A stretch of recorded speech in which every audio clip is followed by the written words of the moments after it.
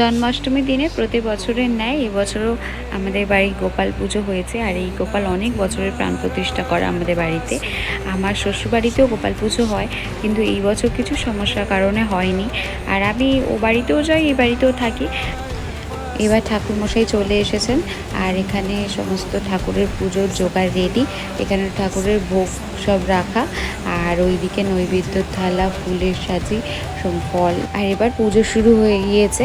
আর আরেকটা কথা না বললেই নয়, আমার ছোট ভাই কিন্তু পুজোতে অনেক হেল্প করে।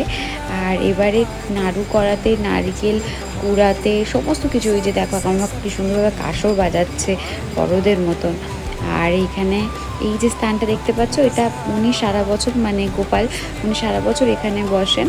আর পুজোর সময় এইদিকে মানে নিচে নামিয়ে পুজোটা হয়। আর যেহেতু মানে মুখটা এদিকে করে পুজো করার নিয়ম, সেহেতু এখানটা